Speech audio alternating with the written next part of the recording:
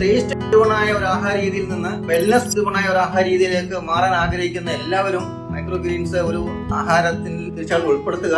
എന്നിട്ട് അതിന്റെ ബെനിഫിറ്റുകൾ അനുഭവിച്ച് ശിഷ്ടായുസ് ആരോഗ്യത്തോടെ ജീവിക്കുക. എന്റെ പേര് വത്സൻ ജോൺ. ഞാനൊരു മൈക്രോ ഗ്രീൻ ഫാമറാണ്. മൈക്രോ ഗ്രീൻ എന്ന് പറഞ്ഞു കഴിഞ്ഞാൽ കുട്ടികളൊക്കെ നമ്മൾ മുളപ്പിച്ച് അതിന്റെ ഒരു 2 പരുവം വരെ വളർത്തിയതിനു ശേഷം അതിനെ നമ്മൾ കട്ട് ചെയ്ത് സലാഡിലും സൂപ്പിലും ആണ് കഴിക്കുന്നത്. ഇതൊരു സൂപ്പർ ഫുഡായിട്ടാണ് അറിയപ്പെടുന്നത്. ഇപ്പൊ ഇതിന് പബ്ലിക് അറ്റൻഷൻ കിട്ടിക്കൊണ്ടേയിരിക്കുന്നു. ഇത് സ്ഥിരമായിട്ട് കഴിക്കുന്ന ഒരാൾക്ക് രോഗപ്രതിരോധ ശക്തി കൂടും എന്നാണ് സയന്റിസ്റ്റുകൾക്ക് പറയുന്നത്.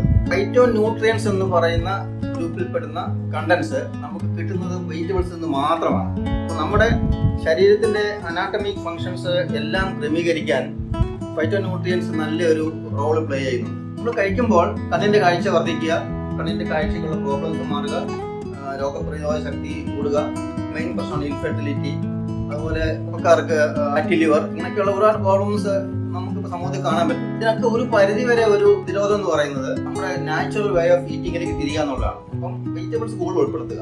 വെജിറ്റബിൾസ് ഇപ്പം മാർക്കറ്റിൽ കിട്ടുന്ന വെജിറ്റബിൾസ് എല്ലാം നമുക്ക് ധൈര്യമായിട്ട് മേടിക്കാൻ പറ്റൂല. ധാരാളം പെസ്റ്റിസൈഡും ഒരുപാട് കെമിക്കൽ ഫെർട്ടിലൈസറും കൊടുത്ത് വളർത്തുന്നതാണ്. പക്ഷേ ഈ മൈക്രോ ഗ്രീൻസ് വളർത്തുന്നത് നമ്മൾ ശുദ്ധമായ വെള്ളം കൊണ്ട് മാത്രമാണ്. യാതൊരു ഫെർട്ടിലൈസറും ഇല്ല, യാതൊരു പെസ്റ്റിസൈഡും പഠിക്കുന്നില്ല. വിത്ത് ഇട്ട് കഴിഞ്ഞാൽ ഒരു 7-ാം ദിവസം 8-ാം ദിവസം അത് നമ്മൾ ഹാർവെസ്റ്റ് ചെയ്യുന്നു.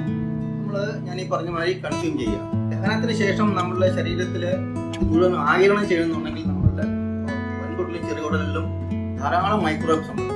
അപ്പൊ ഇതിനെയൊക്കെ സപ്പോർട്ട് ചെയ്യുന്ന ഒരു ഐറ്റം കൂടിയാണ് ഈ മൈക്രോഗ്രീൻസ്.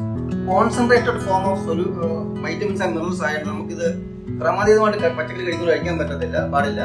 നമ്മൾ ഒരു ദിവസം ഒരു 10 ഗ്രാം 15 ഗ്രാം വരെയാണ് കഴിക്കേണ്ടത്. അത് സലാഡിനകത്ത് നമ്മൾ സാധാരണ സലാഡ് ഉണ്ടാക്കുന്നതാണല്ലോ വീട്ടിൽ, ആ സലാഡിനകത്ത് ആഡ് ചെയ്യാം. നമ്മൾ നിരന്തരമായിട്ട് നമ്മുടെ ജീവിതത്തിലെ ഒരു ആഹാര പദാർത്ഥം ഇവനെ ഉപയോഗിക്കാമെന്നുണ്ടെങ്കിൽ ലൈഫ് സ്റ്റൈൽ ഡിസീസിൽ നമുക്ക് ഒഴിവാകാൻ പറ്റും എന്നുള്ളതാണ്.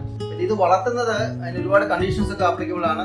രോഗാണുക്കളൊന്നും ഇല്ലാത്തൊരു സിറ്റുവേഷൻ ആയിരിക്കണം, ശുദ്ധമായ വെള്ളം വേണം, അതിന്റെ ഗ്രോ മീഡിയം അതും സംശുദ്ധമായിരിക്കണം, അറ്റ്മോസ്ഫിയറിക് പാരാമീറ്റേഴ്സ് കൺട്രോൾ ചെയ്ത ഒരു സിറ്റുവേഷൻ ആണ് ഇവരെ നമ്മൾ വളർത്തുന്നത്.